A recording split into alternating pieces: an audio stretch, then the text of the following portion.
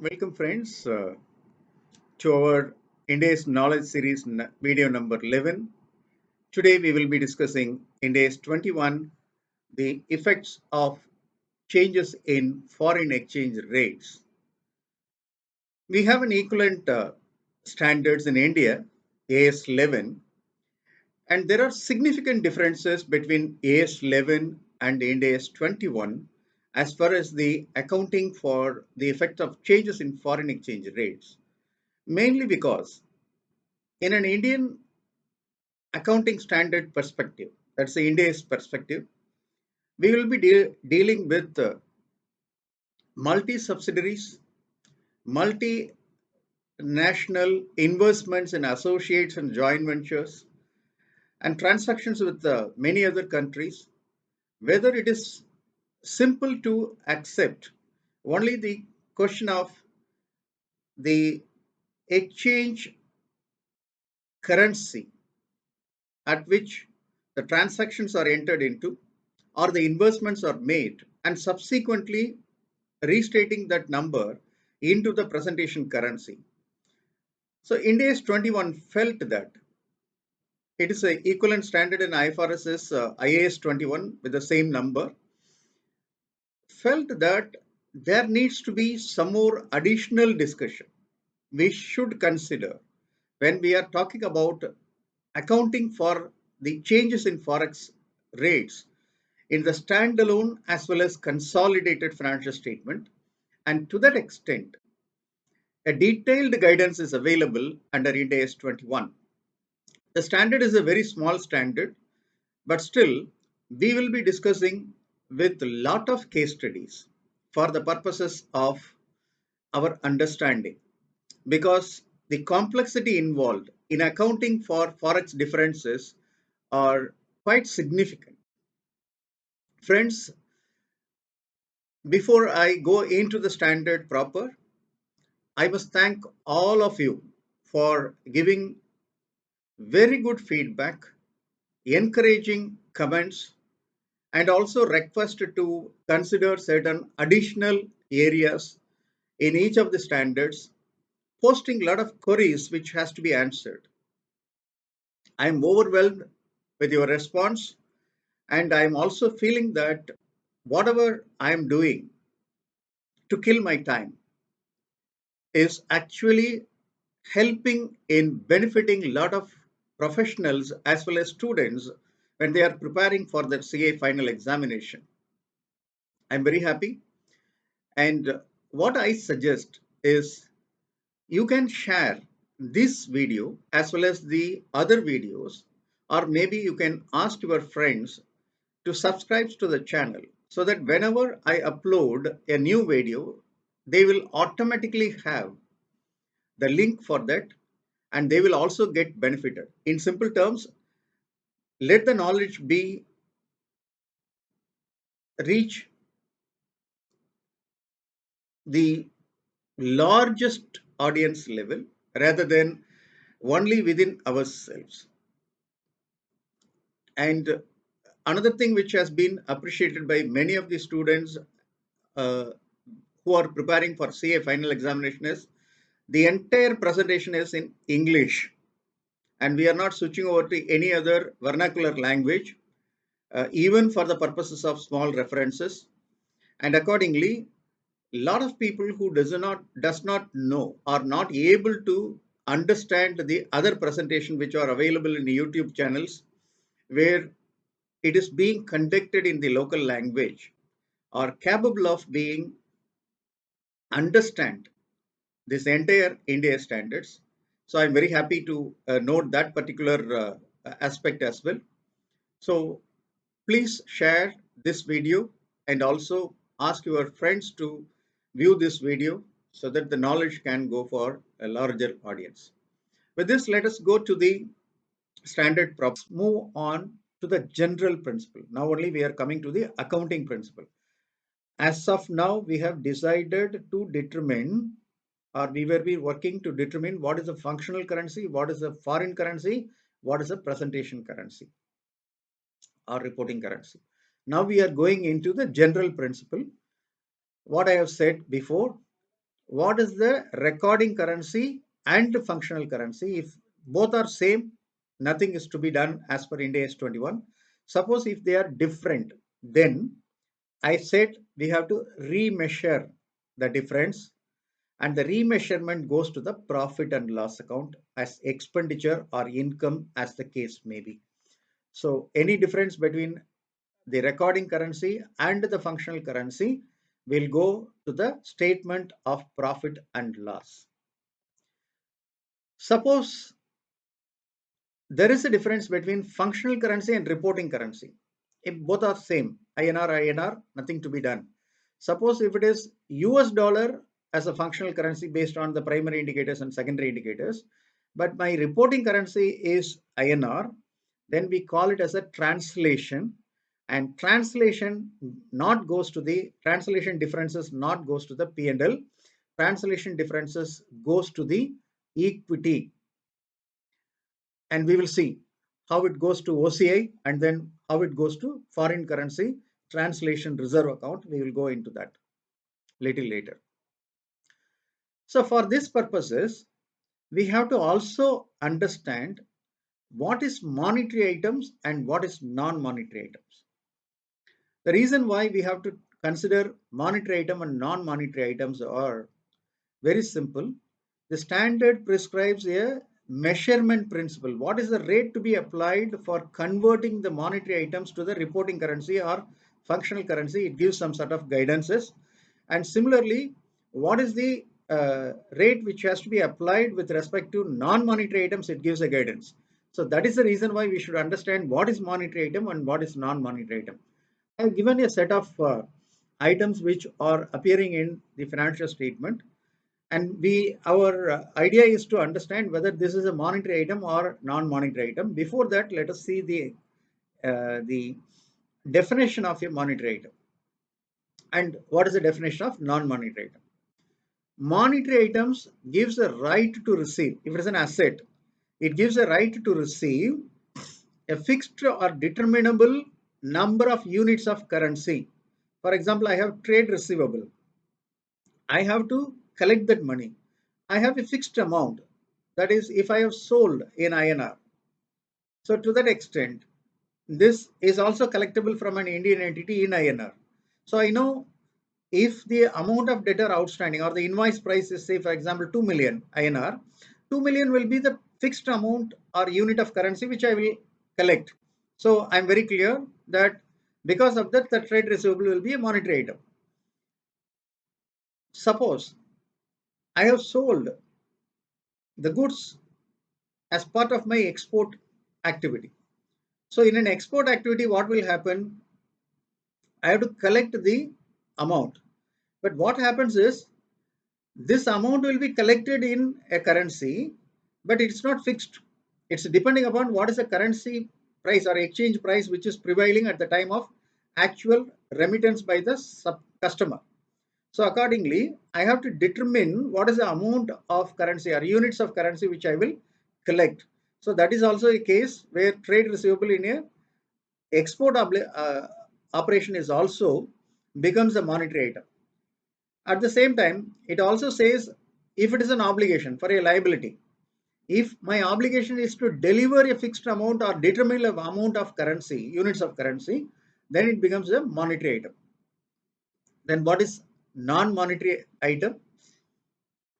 Items that will not be received are paid in fixed or determinable unit of currency. In simple terms, whatever is not considered as monetary item will become non-monetary items. Uh, Let us try to understand whether we will get it in a fixed number of units of currency. One example which I can consider is, I will take an example of a company has invested in debentures of an US entity. Whether it's a monetary item or non-monetary item. For monetary item, we are saying right to receive a fixed or determinable number of units of currency. I know if the bond value is 10,000 US, then I am having a fixed number of units which I will be collecting. That is 10,000 US, fixed number. For the purpose of my recording, I will be converting that into INR, and whatever differences I will take it, because my functional currency is different than my transaction currency. At the same time, it is not an equity instrument, but I have invested, sorry, if it is not a debt instrument, but I have invested in an equity instrument, whether I will know what is the amount of money or units of currency which I will collect, whether it's fixed, because I have invested, say, 10,000 shares at $1 each. $10,000 is the investment which I have made. What is the amount which I will collect it back? Whether it can be fixed. Can I say $10,000? Can I say it is determinable based on the unit of currency? No. What is the fair value of that share will determine that amount, right? So in that case, whether it's a non-monetary, it's a monetary item or non-monetary item, it's a question of debate whether it's a correct, because I have become a shareholder. The moment I become a shareholder in another entity, equity will not be part of my monetary item. So fixed or determinable may not be the situation. Now we come to this particular items. Let us see into that. Uh, Suppose if those shares are traded and I can find out what is the active market price. I am just making it as an investment, not even bothered about retaining that on a long-term investment. There could be a possibility of that becomes a non-monetary item also. Let us take that, because we also have one example of an equity instrument where it goes. I'm also eager to identify how it goes into that. Accounts payable, there is an obligation to deliver, so it becomes a monetary item. Plant and equipment, no, only at the disposal. I'm using it for my cash flow generation, so there is no fixed autonomy. It is a non-monetary item. Goodwill, a similar scenario. Accrued expenses, I have to settle it, so it's a thing. Equity instrument, as I have said, it is a non-monetary item. Suppose a debt instrument, it will come as my monetary item. Accounts receivable is my monetary item. Bank balances, definitely it's a monetary item. So now we are clear. If I have a right to receive, or I can determine the amount, the number of units of currency which I will get, I will consider that as a monetary item. Otherwise, it becomes a non-monetary item. Similar law rule will be applied with respect to obligation to deliver, to determine whether the liability is a monetary item of liability or a non-monetary liability. Okay. Let's move on with this to understand whether these items are monetary items or non-monetary items. Interim dividends that are recognized as a liability. What we have said, if it's a monetary item, there is an obligation to deliver based on fixed or determinable number of units of currency. I know what is the interim dividend to be distributed or paid, and to that extent, it becomes a monetary item. Provisions which has to be settled by delivery of a non-monetary item. So it is not actually settled by means of cash. It is delivered by means of a non-monetary item.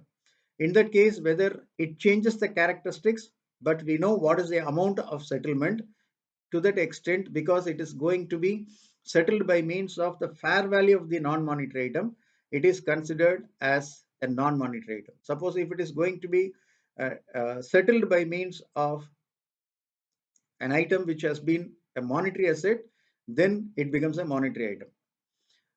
Pensions and other employee benefits which has to be paid in cash, naturally it's an obligation to pay. So to that extent, it's a monetary item. When we are talking about right of use asset, as per Ind AS 116, which we will discuss at a later point of time.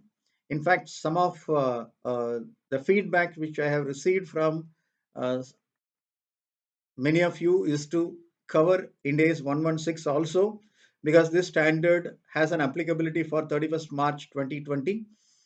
And I have a very separate or exclusive session for that, because it's a complex standard. And to that extent, we will have a separate discussion on this with a lot of examples with Excel working and all those things. We will see that. But right of use asset, it's a non-monetary item, because there is no fixed currency which has to be settled. Debt securities, as I have said, it's a monetary item, but if it is an equity investments, it's a non-monetary item. Having understood this, we need some more examples. Let's try. Entity A enters into a contract for purchase of goods. Settlement will be done in variable number of entities' own equity instruments or a variable amount of assets in which fair value to be delivered equals to the fixed or determinable amount of currency. This is where I was little confused when we were discussing about this particular item. Provisions that are settled by delivery of non-monetary asset, I was about to conclude it is a monetary item for a simple reason. The fair value has been already determined. What is the fair value or what is the fixed amount which will be received, and only to that extent what is the value of currency is determined and the settlement is happening in non-monetary value. That's what we are trying to say. That's what coming in this example. So here what it says is that the settlement of the transaction price will be done variable number of entities own equities instrument, that is equity settled transaction, or a variable amount of assets in which fair value to be delivered is equivalent to the fixed number. So if the fair value of the asset goes up or liability, the asset goes up or goes down, that will not have any impact on the amount to be settled. For example, I enter into a transaction for purchase of goods and I say 1 million worth of goods has been purchased, and the contract says that I will issue my own shares in settlement of that 1 million based on the fair market value as on the date of settlement, or maybe as on a particular date. In that case, what I am going to settle is remaining to be 1 million, right? What is the number of shares which I am going to allot is variable number of shares. That means if the market price is say 100 rupees, 1 million divided by 100, so 1 million is 10 lakhs divided by 100 gives me 10,000 numbers of unit. 10,000 into 100 is 10 lakhs, 1 million, right? So 10,000 shares will be allotted. Suppose if the fair value of the equity instrument on the date of settlement is say for example 200, I will allot only 5,000 units of share. But what happens? The amount to be settled remaining the same. Fixed amount of currency is what has been fixed. Only the fair value changes. The fair value is equivalent to the amount to be settled. In that case, whether it's a monetary item, yes. So when it becomes a non-monetary item in the previous example where the facts were not very clear, suppose if I'm saying the settlement will be based on fixed number of entities equity shares. 1 million is the purchase which I have made, but what I will be settling to you is I will allot 20,000 shares. Then what happens? 20,000 into 100 rupees fair value means it becomes 2 million. Suppose if it is 20,000 into 100 rupees, it becomes 1 million, which I have to record. So in that case, it becomes a non-monetary asset. Okay. So that is what we have to see. It's a variable number and fair value could not be determined because of that. In that case, it may become a non-monetary asset, what we have seen earlier, where it is settled by means of non-monetary asset. Now, in this case, fair value has been equal to the fixed of fair value of the settlement by means of the value of the asset or value of the shares to be issued is equivalent to the fixed amount or determinable amount, and that to that extent it is considered only as a monetary item. So same item could be different. Now we understood what is the currency, functional currency, foreign currency, and presentation currency, and we said if there is a difference between the functional currency and foreign currency, we are remeasuring it and taking to the P&L account. And between functional currency and the presentation currency, we are remeasuring and taking to the equity. And we also said how to determine functional currency. And we have also said how to determine functional currency with respect to foreign operations. And we have also seen what is monetary item and what is non-monetary item. So based on all these key definitions or key concepts, how we will measure those items, whether it's a monetary item, how we will apply the translation, how we will remeasure them. If it's a non-monetary item, how we will remeasure them or translate them. So that comes as the accounting portion.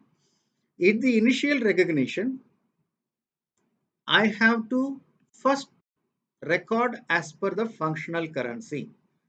That means at the rate or spot rate prevailing on the date of transaction, or maybe simply transaction date, so rate on the date of transaction will be taken into consideration. That's what we use, the word spot exchange rate will be used for recording the particular transaction.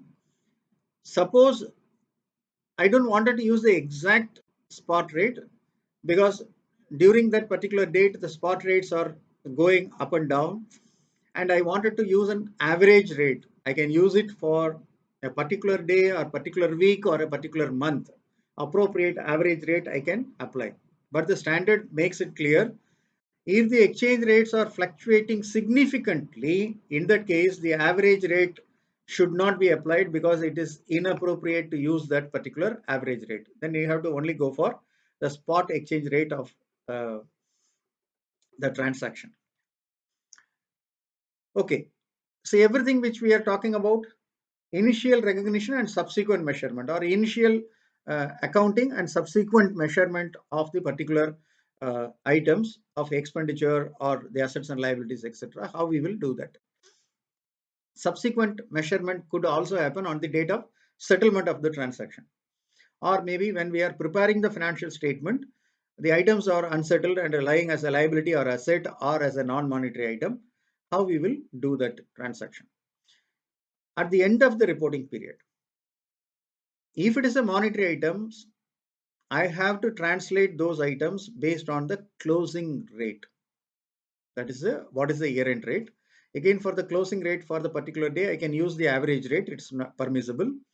Suppose if it is non-monetary items sitting in the balance sheet that are accounted on historical cost basis, not on fair value basis, but historical cost basis, then what is the date on which that particular item has been acquired or liability has been assumed?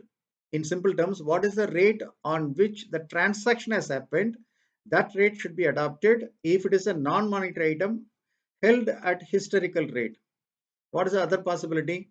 The same non-monetary item may be held at fair value. So if that is the case, what is the date on which fair valuation has been done will supersede the transaction date. So what is the rate on the last valuation you have done? That should be used for the purposes of valuing a non-monetary item according to the fair value if it is held in fair value. Monetary item closing rate, non-monetary item historical rate will be the date of transaction, rate on the date of transaction, and it is held at fair value, rate on the date of fair valuation. Okay. Now we'll move to certain examples for us. Here it purchases asset worth 1.1 million US dollar. At transaction rate, the machinery and liabilities have been accounted at 80 lakhs. That means what is the transaction value? INR to US dollar, 0.1 million is equivalent to 80 lakhs on the date of transaction. On the settlement of liability, the exchange rate has gone to 81 rupees per dollar. So because of that, liability is also 81 lakhs. So on the date of transaction, it is 80 lakhs. On the date of settlement, it is 81 lakhs. How the company should account for it? So now the question is whether this item of an asset is a monetary item or a non-monetary item. What we are talking about is machinery. So, and what is the amount to be settled is relating to that machinery, and to that extent, this are considered at the historical price. That means I will retain the asset at the same 80 lakhs. I will not restate that. Non-monetary assets are measured at the uh, historical cost. Machinery has to be accounted on historical cost. I will retain as it is. But at the same time, the liability to be settled is increasing by 1 lakh rupees. That loss has to be taken to the statement of profit and loss account. So we have two items, one asset and equivalent liability. Asset will be retained at historical cost, no restatement, but the liability has to be restated, but it has to be taken to the profit and loss. Okay, very clear. So don't think that because the liability is also relating to the non-monetary asset, that should also be held at historical cost. No, the liability has to be settled in fixed or determinable units of currency, and to that extent the liability becoming a monetary liability, monetary asset, sorry, monetary item. So to that extent it has to be restated, and the restatement should go to P&L account. Suppose on the balance sheet date, instead of 81 rupees per dollar, it is 78 rupees per dollar, and the value of the asset in US dollar is 0.11 million. Instead of zero point 0.1 million, we are taking it to 0.11 million. How the company has to revalue that asset, how the asset has to be accounted for. Let us take this. What it happens, as per the balance sheet date, 0.11 into 78 gives you how much?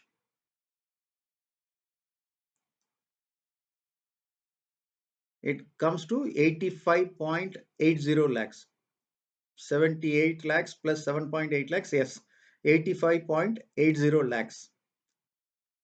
On the date of the balance sheet, it is 85.80 lakhs. But what is the value, historical value, which we are supposed to have is 80 lakhs, right?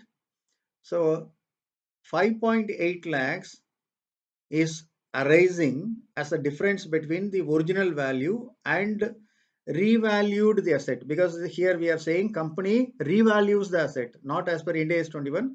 It wanted to apply Ind AS 16 as a revaluation basis. What is the price? It is not at historical value. It is fair valuing this asset. And to that extent, what happens is I am restating that at 85.80 lakhs, non-monetary asset held at fair value at 85.80 lakhs, because I am revaluing the asset, out of which 7.80 lakhs is due to revaluation gain, right? Because zero point 0.1 to 78 to 80 lakhs, when we are saying it comes to 7.8 lakhs is due to revaluation gain, because I am revaluing at the price of the US dollar, which is 0.11 million instead of 0.1 million. The US dollar itself is changing. So 0.01 million, it's into 78 rupees is nothing but 7.8 lakhs. That is the revaluation gain. The exchange loss is 80 rupees is original price, but now this becomes 2 rupees of loss, and I am going to restate that with the 2 rupees. It's a loss of 2 rupees per dollar, and comes to 2 lakh rupees of loss.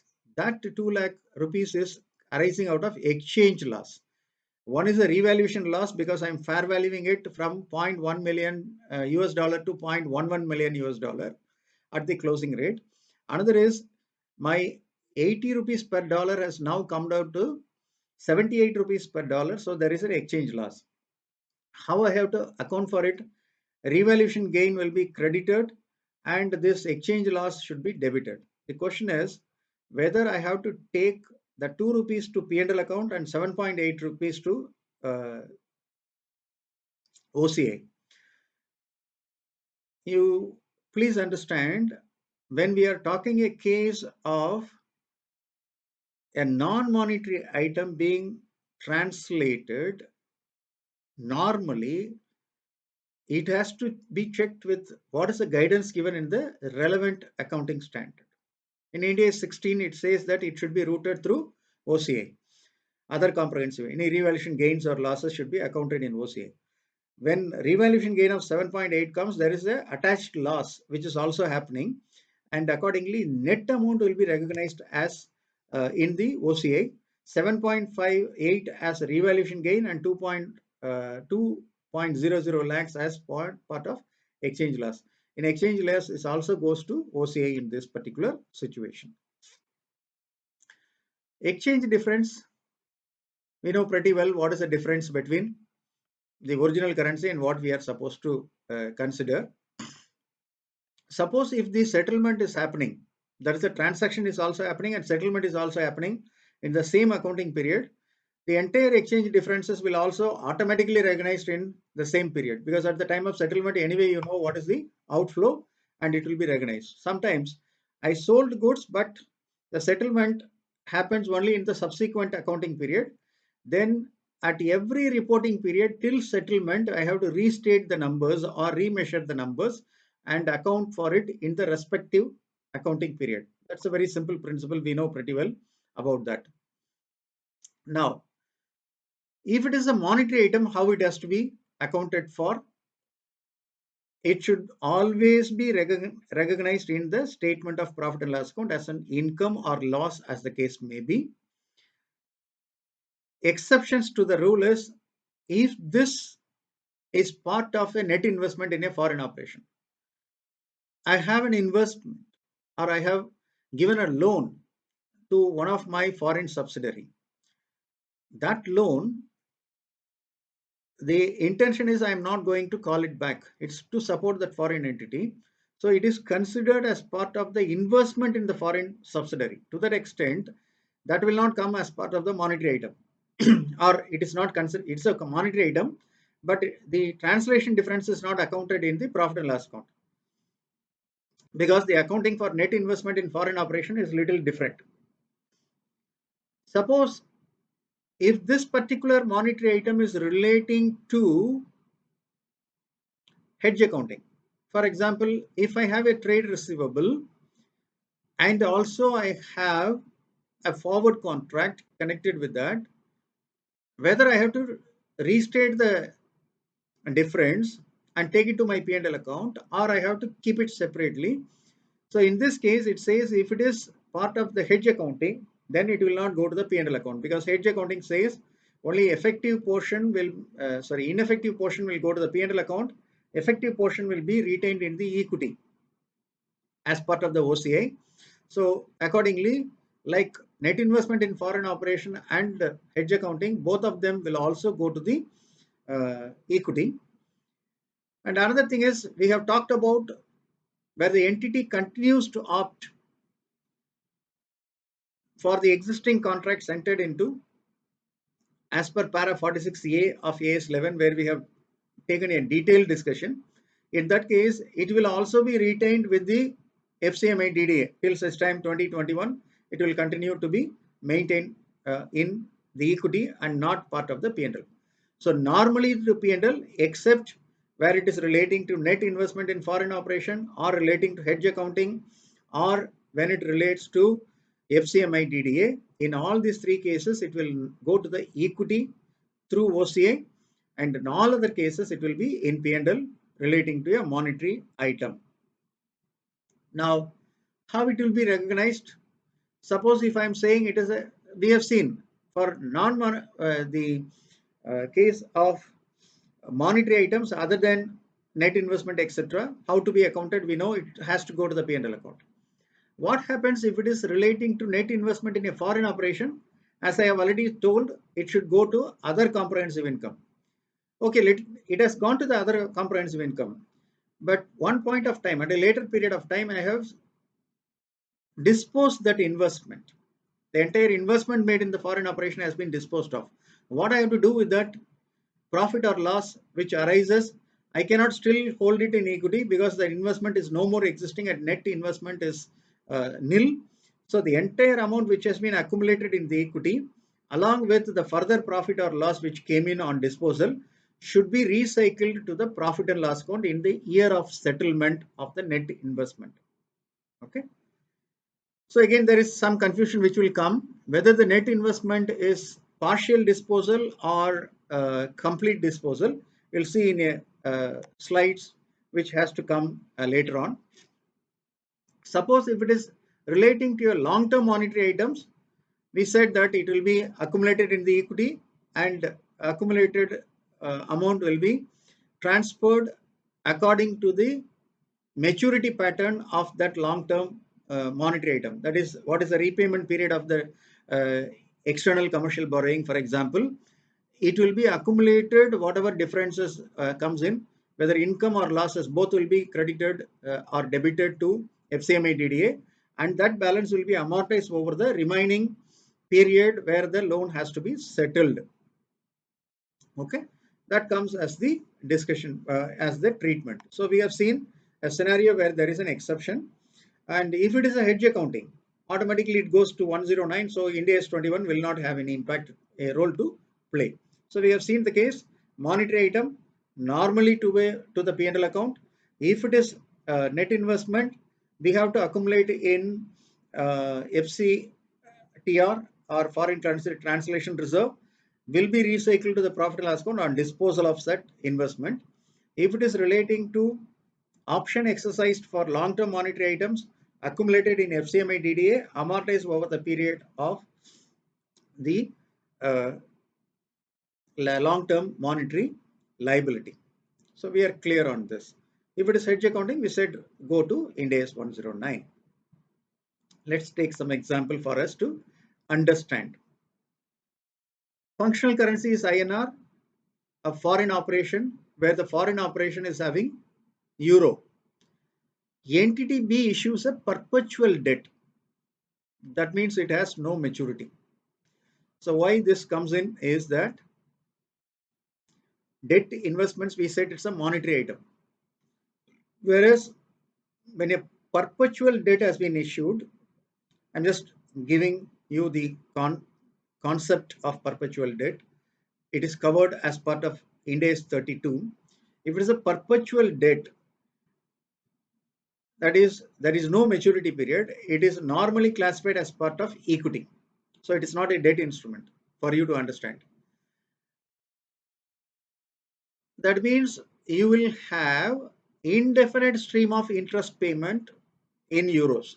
How it should be considered in the consolidated financial statement, that is a financial statement of Group A. As I have said, it's an equity, and any restatement will be considered as part of your net investment in foreign operation, and to that extent it will be considered in equity, and only on disposal it will be taken to P&L. Up to that, it will be considered as part of equity in the consolidated financial statement, because it says it's a perpetual debt. A new concept to learn, perpetual debt. Because all of a sudden, if in the examination or in your practical application, if you are coming across a case of a perpetual debt, what is the principle to be applied? First, you have to understand that it's only an equity according to Ind AS 32, and to that extent, it will not be part of it. Part of your monetary item, it has to be considered as part of your net investment in the foreign operation. Now, suppose if I'm saying that for tax reasons, this is a loan amount, not directly, through another group company. That is, on the direction of the parent company, it has been given to one subsidiary by another subsidiary. How the exchange differences has to be recognized? It says that, again, it is nothing but other comprehensive income, because from the group point of view, it is a net investment in foreign operation. Instead of I am paying, it has been given by another subsidiary. So net, it is nothing but my foreign investment in a foreign operation, and accordingly, in the consolidated statement, it should still be considered as a investment in foreign operation, and to that extent, that should be the exchange rate difference should be considered only in equity. So we have seen that it should be considered in OCI, that is in equity. Let's take one more example. Parent company is euro, subsidiary is having USD, parent company sells to subsidiary inventory worth of 300 US. Year end, the amount receivable is the entire amount. In addition to this, it has also given a loan of 500 US, which is not expected to be repaid in the foreseeable future. Should the exchange rate difference, if any, to be recognized, and how it should be recognized? So what happens here? There is one loan is given, and also there is a receivable which has been given. Receivable in the ordinary course of business, monetary asset, and accordingly, on translating that receivable, I have to take it to the profit and loss account. Whereas investment is investment in foreign operation. When I have given a long-term loan to my subsidiary, it is an investment in foreign operation, and to that extent, when I'm restating, it should be considered in OCI as far as the consolidated financial statement is concerned. In respect of the standalone financial statement is concerned, it is a monetary liability, a monetary asset. So I will take it to my P&L account. From the group point of view, it is an investment in a foreign operation. Exchange difference in non-monetary items, how it has to be recognized. As we have said, it will be recognized in the profit and loss account except in two cases where the Ind AS says the related gains and losses to be recognized in OCI. That's what we have said. Revalue of a property, plant, and equipment has to be recognized in OCI according to Ind AS 16. So that's what we have seen in one of the example. Or if it is relating to an item which has been recognized in P&L account, any exchange component of the gain and loss should also be recognized in the P&L account. So that means it says if you have already recognized in P&L, go to P&L. If it a specific standard says it should be recognized in OCI, go to OCI. Very simple concept. Let's understand this with some example. In the consolidated financial statement, if the subsidiary is not wholly owned, so what happens? What happens? Yeah, it's a non-controlling interest is also there. How should the accumulated exchange difference should be treated? Very simple concept. Whatever is the non-controlling interest, a portion of this exchange rate difference is also allocated to NCI, and NCI will be shown as part of the a line item in the equity in the consolidated financial statement. So NCI may increase or decrease according to the exchange rate differences which is arising out of it, if it is not wholly owned subsidiary. Here we are saying two currencies where parent company sells to subsidiary, and it is in US dollar of 100 in P's book, whereas it is 45 euro in Q's book. So functional currency are different. How it should be restated? So we are trying to find out. Actually, there is a error in this, if I'm not wrong, because US dollar has been correctly taken, but the euro has been taken at 20, but it should be taken as 45. What we have to do is that we have to convert both the amounts, euro to USD, USD to INR, and that has to be accounted for as the exchange rate difference. So that's what we have to do. Suppose if I have to test for impairment, two possibilities. I have an inventory which has to be tested for cost or net realizable value, but the inventory is denominated in a foreign currency as part of the foreign branch accounting. How I have to treat that? Or maybe I have a non-monetary asset which has been held in foreign currency, and how I have to test it for impairment as per Ind AS 36. What it says is that the carrying amount or the cost has to be translated to the date on which you are testing for impairment, and that translated amount has to be compared with the recoverable amount, If the recoverable amount is higher, no impairment. Otherwise, the impairment or the NRV has to be adjusted as an impairment loss. What is the significance of this? If I'm only restating a particular asset, and if it is a non-monetary asset, where it goes? It goes to the equity or OCI. Whereas if I'm testing an impairment and I have to provide for a write down of write down to NRV, or I have to write down the carrying amount because of an impairment loss, you know pretty well it should always goes to the statement of profit and loss. That is where you have to see if impairment has to be tested, you should always convert that into the functional currency and then check with the recoverable amount. If there is a difference, then account it as an impairment loss. If there is a recoverable amount is lower than the carrying amount, you have to be careful, and that is charged to P&L account. We have already discussed what happens if the functional currency is changed. It should be accounted on a prospective basis, what we have said.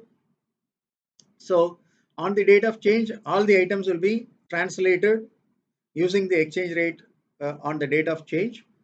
But if it is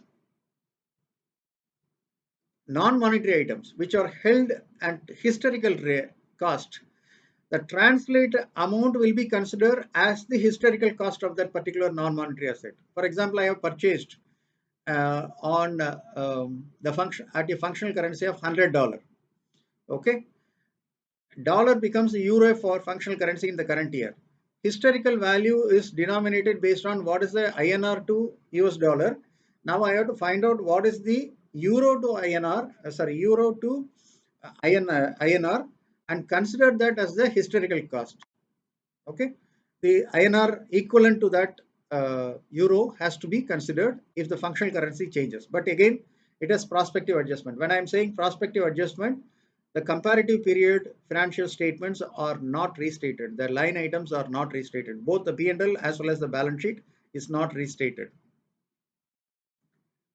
Suppose if it is relating to a foreign operation where the foreign currency or the functional currency is changing, it says that the exchange rate differences should also be considered only in OCI. So from INR, I have changed to US dollar because the functional currency changes. When translating that, there is an exchange loss comes in. Can I take that to P&L account? No. The asset will be restated with the revised number as per the new functional currency, which is US dollar. And the exchange rate differences will also be accumulated in OCI.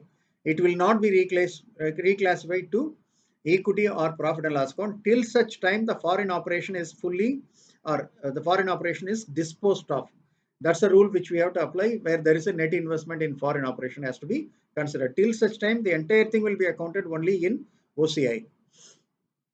Suppose if I'm saying it is relating to long-term monetary items, paragraph 46A, FCMI DDA, then it will also be accumulated in that FCMI DDA only on the date of change of the functional currency, and it will be revised amortization will apply based on what is the balance period, and it will not be charged to the P&L account. Only with respect to the monetary items, it is charged to the P&L account on a prospective basis. Whereas if it is a non-monetary item, a historical cost, it will be considered as the revised carrying amount for that asset. And with respect to for net foreign operation accumulated in OCI, and in respect of long-term monetary items where the option has been exercised to accumulate in the equity, it will continue to be accumulated in the equity. So change in functional currency, as we have already discussed, is a change in accounting estimate and accordingly done on a prospective basis, not retrospective restatement. Please be very, very clear on this particular item. So no restatement of the comparative period items in the balance sheet as well as in the statement of profit and loss account or even in OCA. Now, suppose we come to the third category where the financial statements are initially prepared in a different currency, but going to be presented in a different currency. The functional currency is different from the presentation currency, how it has to be happening. Normally, where it will happen, the operations are happening in a different country, and they have prepared audited financial statement in a foreign currency, and it has been given to the parent for consolidation purposes. The consolidated financial statement are presented in INR, so you convert all the items into the presentation currency, which is INR from US dollar. Then how to deal with that situation? What it says is that the forex transaction has to be uh, transferred into the functional entity. Suppose if the transaction is happening through an intermediate parent company, you can first convert to the functional currency of the intermediate parent company, and then from the intermediate parent company to the ultimate parent company you can convert. If you remember that, I have discussed this as a passing comment. You can do where there is a group of companies where one company is a step down, intermediate parent company, it has two step down subsidiary. When we are doing the translation adjustment, we can first do intermediate parent along with its subsidiaries, and then take the intermediate subsidiary as a parent, intermediate parent company as one of the subsidiary along with other subsidiaries, and convert with the ultimate parent company's financial statement. This we call it as a step-by-step method. This is also permitted. Another thing is, why I have to do two translation? I will straight away do what is the functional currency of the entity directly with the ultimate parent company or the presentation currency of the parent company. This is called a direct method. Both are permitted, but a consistent, but the result will also be same. When you apply this, will get the same result. Whatever is convenient to the entity, it's better to do it. Suppose if they prepare a consolidated financial statement at the intermediate level also, then step-by-step method will be advisable. Or otherwise, if they are applying the exemption which has been given for the intermediate parent company, then yeah, they can go for a direct method. The consolidation has been exempted for intermediate parent company. If you are recollecting our discussion on Ind AS 1, where it says that if the intermediate parent company is not a listed company or proposed listed company, and the shareholders of the ultimate parent company has given the approval not to prepare the consolidated financial statement, and thirdly, if the ultimate parent company's financial statements are available in public, then the intermediate parent company is exempted from preparing a consolidated financial statement. That's what we have seen in Ind AS 1. I'm just trying to recap the discussion which we had. Suppose in that case, you can simply apply a direct method. If I wanted to have intermediate subsidiary also should have a consolidated financial statement for the step down subsidiary investments, then in that case, step-by-step method will be a better choice. When we are translating to the presentation currency, assuming that we are in a normal economy, assets and liabilities are restated at the closing rate, that's the reporting date. Incomes and expenditures are converted based on the transaction date. Maybe appropriate average rate can also be applied. If it is equity transaction, date on the original transaction. That means maybe historical cost. Originally, what is the date? And the resulting differences will be taken to OCA as a separate component of equity. What does it mean? FCTR will be shown as a separate component of equity in statement of changes in equity, but the routing will be through OCA. That's what they are trying to say, that you can show that as a separate component of equity. Translation to presentation currency in respect of hyperinflation economy, all amounts has to be translated to closing rate, because here we cannot say that asset will have a different recovery rate, etc. And comparative amount should not be adjusted, because previously it is not uh, uh, in hyperinflationary economy, but only in the current period, or maybe the exchange rates have been already applied in the previous period. So don't again restate the previous year number. This is only on a prospective basis we are adjusting, not on a retrospective basis. So of course, the accounting should be as per Ind AS 29, which is talking about accounting for hyperinflationary economy transactions. Let us take some quick examples for us to understand. Suppose if there is a goodwill, because I think that we have not introduced the concept. If there is a goodwill and which is arising out of a business combination. So when we are talking about business combination and goodwill, the reason why we are talking about is it is not internally generated goodwill. Accordingly, it can be recognized as an asset in the financial statement. And in that case, um, whatever is happening should be considered as part of your investment in foreign operation. Suppose if it is a foreign operation, and suppose if it's an Indian operation, then the question is not arising. So any goodwill or any fair value adjustments arising out of the carrying amount will be considered as a net investment in foreign operation. And accordingly, when we are saying it should be treated based on the closing rate, because it's a translation is happening at closing rate, uh, assuming that the they are expressed in the functional currency of the foreign operation, as if we are doing for any other assets and liabilities when it is an investment in a foreign operation. So whatever we do for that, the similar logic will apply for goodwill also. Why it is separately we are discussing?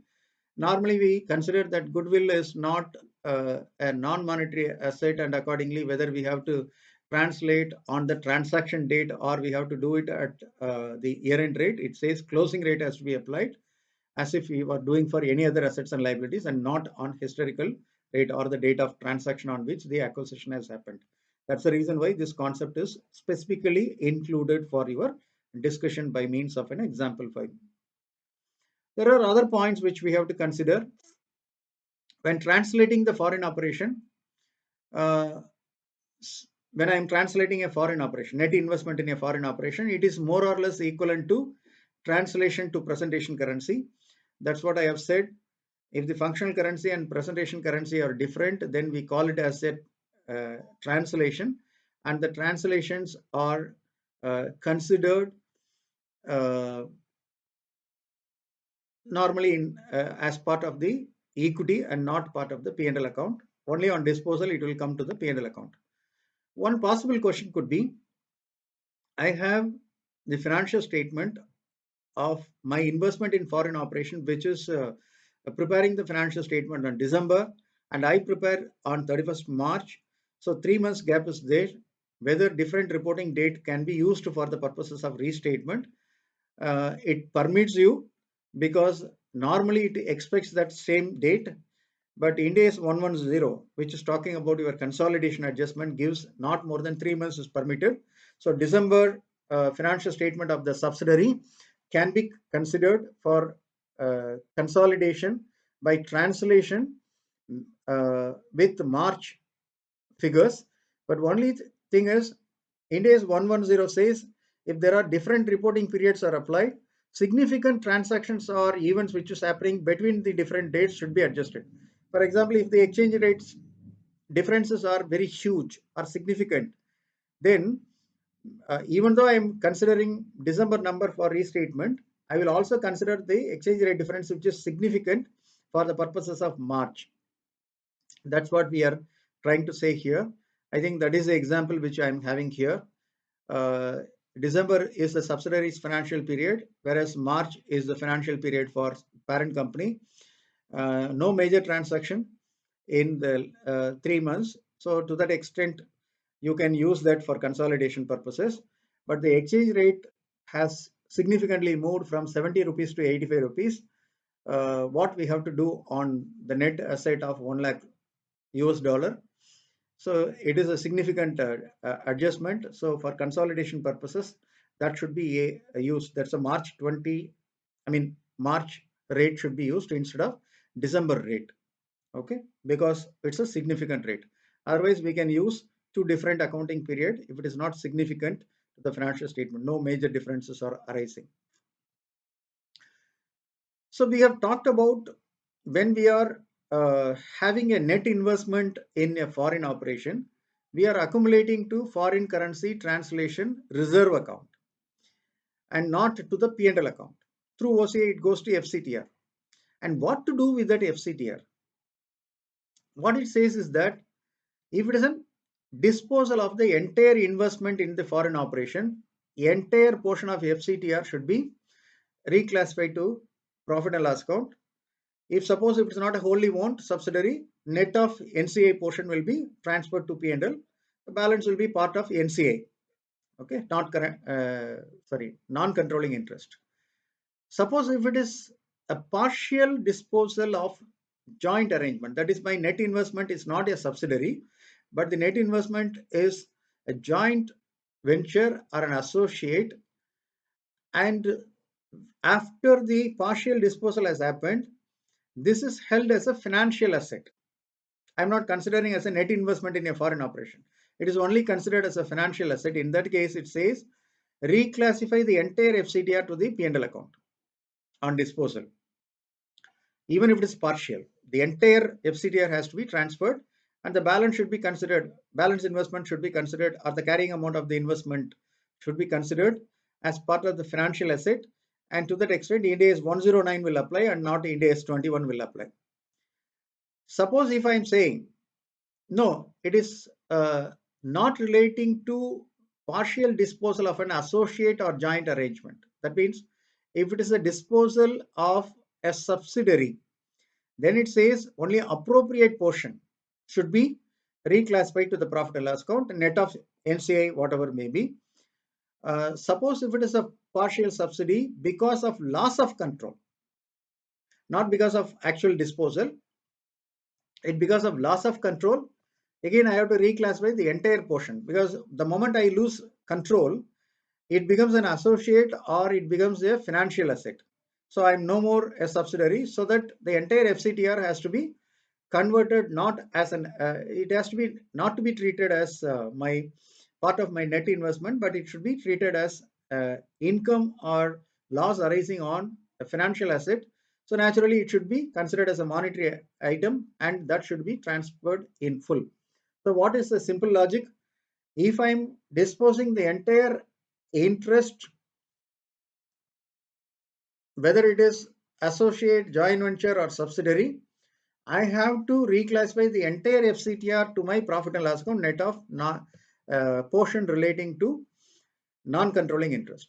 Suppose if I'm saying no, it is not entire interest being disposed, but it's a partial disposal of a JV or associate, the entire thing should be reclassified because the balance investment is now held as a financial asset. If it is a partial disposal relating to any other item like a subsidiary, or it becomes a I will proportionately transfer that item. That means I have transferred a portion of my investment, but still I am holding the control on the subsidiary. In that case, proportionate portion will be reclassified to the P&L account.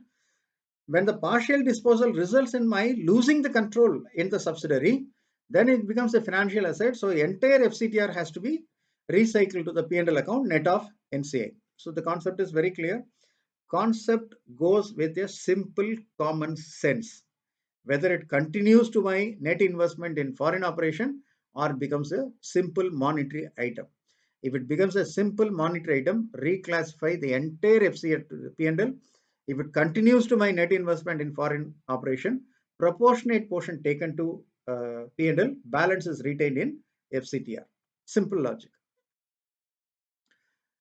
So again, if it is not losing the control, proportionate portion will be apportioned to non-controlling interest. So I think this is exactly what we are talking about.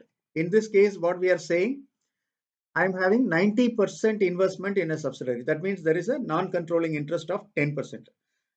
You know pretty well, majority of the cases, there will be a catch in the question paper, which may not give you the proper or complete details. We have to derive certain details. And in this case, as soon as you show you read 90% subsidiary, that means 10% non-controlling interest. What we have been told that net of non-controlling interest only taken to the P&L account on disposal. So that has to be kept in mind. You have to be careful on the concept. Sells the investment, that means entire investment is disposed of for 1,500 lakhs, whereas net assets is 1,000 lakhs, non-controlling interest is 100 lakhs, cumulative exchange differences that has arisen during the ownership or gain is 200 lakhs, out of which uh, I have only 180 lakhs. Why?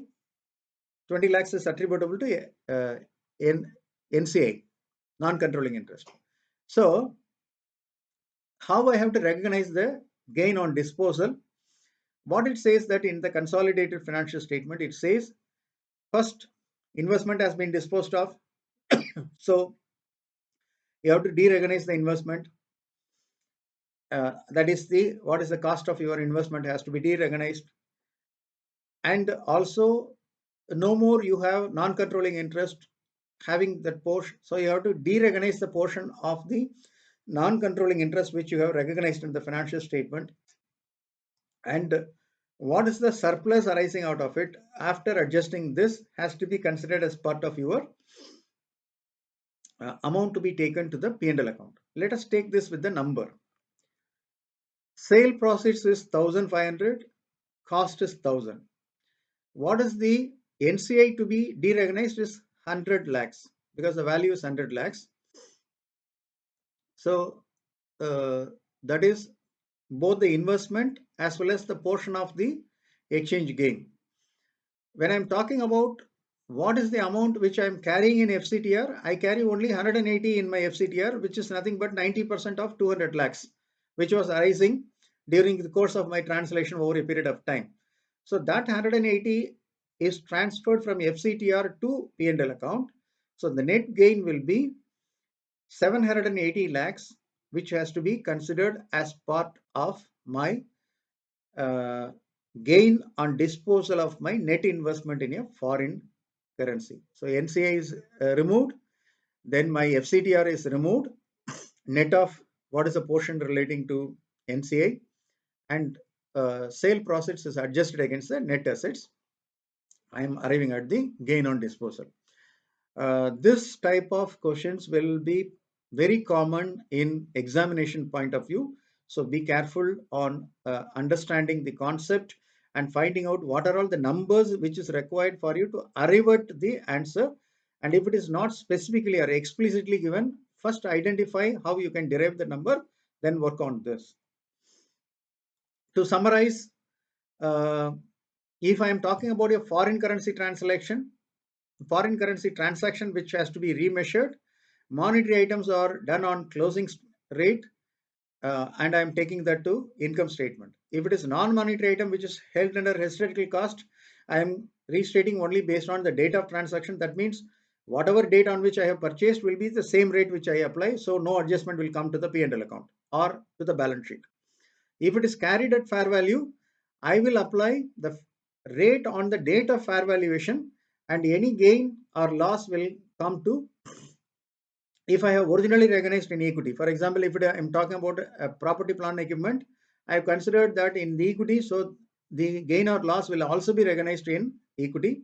Suppose if it is income statement, then it will come to P&L account. For example, if I am talking about a case of fair value through P&L, so in that case, it will come to P&L account when I am doing the adjustment relating to foreign currency transactions. Very clear? Now, what is the second item which we have discussed? Where we are translating from the reporting currency and functional currency. That means functional currency is different from the reporting currency. In that case, assets and liabilities are restated at the closing rate recognized in equity, that is OCI. Income and expenditure are translated based on the rate of the date of transaction and again recognized in equity. Equity will be considered at historical cost or closing rate, depending upon what the entity has applied. That will also be recognized in equity. So that means this is a translation which is not coming to P&L at all. Okay. Then we go to the Okay, this is an important point which we have seen. This is a net investment in foreign operations. So to that extent, only on disposal of the investment, it comes to my P&L account. Suppose if I'm saying functional currency is different to presentation currency, I'm restating the financial statement, which has been prepared in a different currency into my functional currency.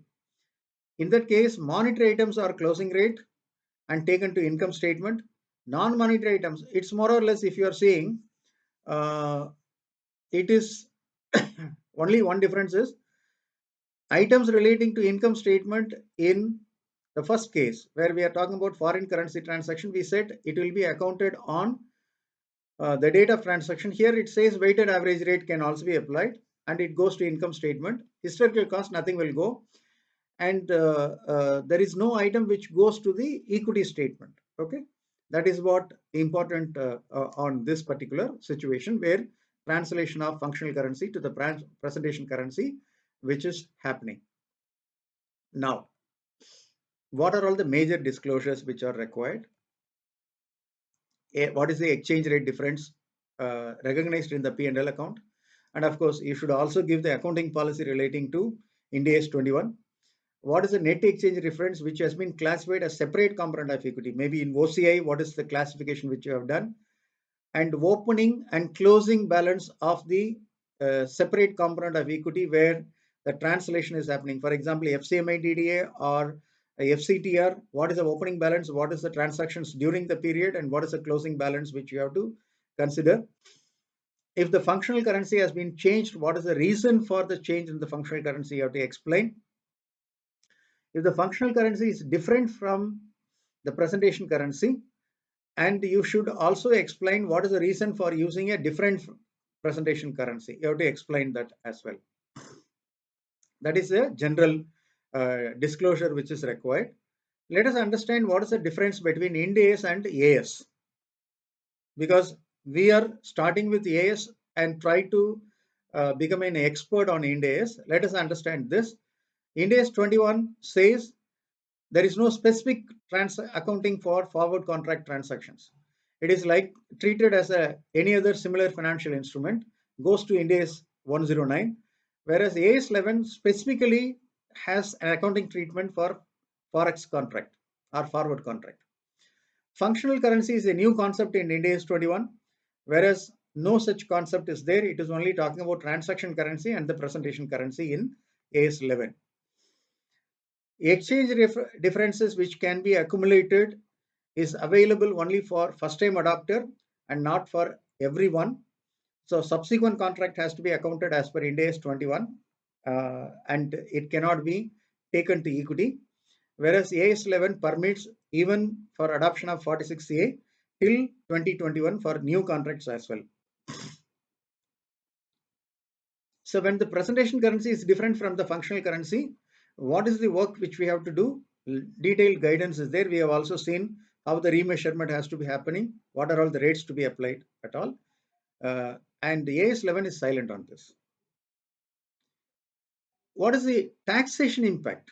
ICDS which it poses, because there is a separate ICDS 6 on accounting for forex differences.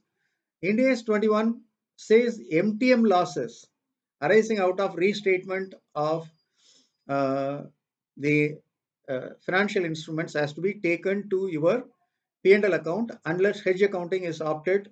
109 gives you to take it to your equity, whereas ICDS 6 says that only on settlement the MTM losses can be accounted. You cannot do it on a mark to market at the year end if it is unsettled. Only on settlement it will be taken into consideration. Non-monetary items related exchange differences can be added to the cost of the asset or taken to FCMI DDA and amortized over the period of time. Whereas here it says if it is relating to depreciable asset, capitalization can be done according to section 32 capital A of Income Tax Act, which says that only on realization of the loss, that means only on settlement of the particular liability. That's why maybe part payment I'm making. On making the part payment, if you have a difference, exchange difference, and that is a loss, then that can be capitalizable. unrealized portion on restatement of a closing liability cannot be capitalized as part of the carrying amount. Section 32 capital A specifically prohibits that. And another thing which we are talking about, and this 32A when we are talking about, it also talks about ICDS 6, in which it says that you have to go to the Income Tax Act. Derivatives, what is not considered in Ind AS 109 is considered as part of Ind AS 21, whereas all the contracts, options contract, etc., which are similar nature, are covered by ICDS. So the principles of ICDS will apply, whereas here we are moving that items as part of Ind AS 109 accounting treatment. So just to recap, we have considered functional currency, transaction currency, and presentation currency. We have seen the primary and secondary indicators to determine the functional currency. We have also seen additional factors to determine the functional currency in respect of net investment in a foreign operation. And we have also seen the accounting treatment relating to monetary assets and non-monetary assets, where it is relating to a foreign currency transaction. And we have also seen what is the accounting treatment initially and at subsequent or reporting date with respect to investment in a foreign operation. And we have also seen how we have to prepare when the functional currency of the financial statement have to be converted into a different presentation currency. We have seen, and we have also seen when the net investment has been disposed of, how the accounting should happen. We have also seen with respect to the FCMI DDA related options which has been given as an option for the first time adopter. And finally, we have looked into the differences between AS and Ind AS 21 and AS and Ind AS 21 and ICDS 6 for us to understand what is the tax impact. And that brings us to the conclusion of this presentation. Hope you have enjoyed this, and all your questions have been properly explained with a lot of practical case studies. And in case if you are still having questions or clarification, you are always at liberty to get connected with me and post your comments in the channel itself, so that I can address that comments or queries in the channel for the benefit of all the subscribers to the channel. And as I have told by many of the YouTube channel being maintained by the YouTubers, they have said that if anybody is subscribing to your YouTube channel, any update you are giving will automatically go to them. That means the notification automatically comes to them. So you are not at the mercy of any of your friends for a forward of my videos if you are a subscriber to the channel. And to that extent, I am also thinking that the knowledge base will be widened further. And I'm also very happy that I'm interacting with so many people. So with that in mind, I will request you to share this video and encourage the people to whom you are sharing the video to be part of our YouTube channel. I feel that it's our YouTube channel, not my YouTube channel, because it is for the purpose of sharing the knowledge, and every subscriber will get, I hopefully, that good benefit out of viewing this video. With that, I will take leave from you, and we will meet with another video with respect to another Ind AS standard as part of our Ind AS knowledge video series. Thank you. Stay at home and stay safe during the lockdown period. See you. Goodbye. Assets, where it is relating to a foreign currency transaction, and we have also seen what is the accounting treatment initially and at subsequent or reporting date with respect to investment in a foreign operation.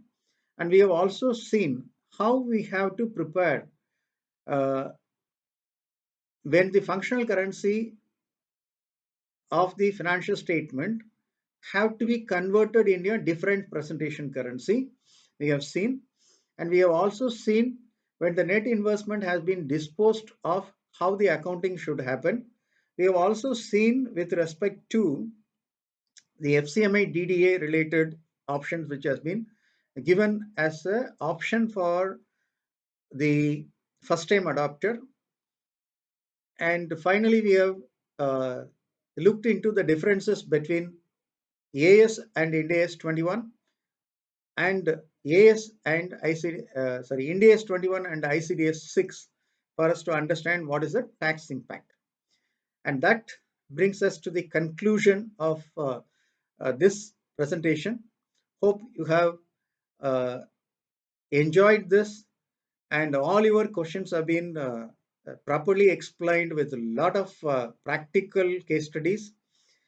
And in case if you are still having questions or clarification, you are always at liberty to get connected with me and post your comments in the channel itself, so that I can address that comments or queries in the channel for the benefit of all the subscribers to the channel. And as I have told by many of the YouTube channel being maintained by the YouTubers, they have said that if anybody is subscribing to your YouTube channel, any update you are giving will automatically go to them. That means the notification automatically comes to them. So you are not at the mercy of any of your friends for a forward of my videos if you are a subscriber to the channel. And to that extent, I am also thinking that the knowledge base will be widened further. And I'm also very happy that I'm interacting with so many people.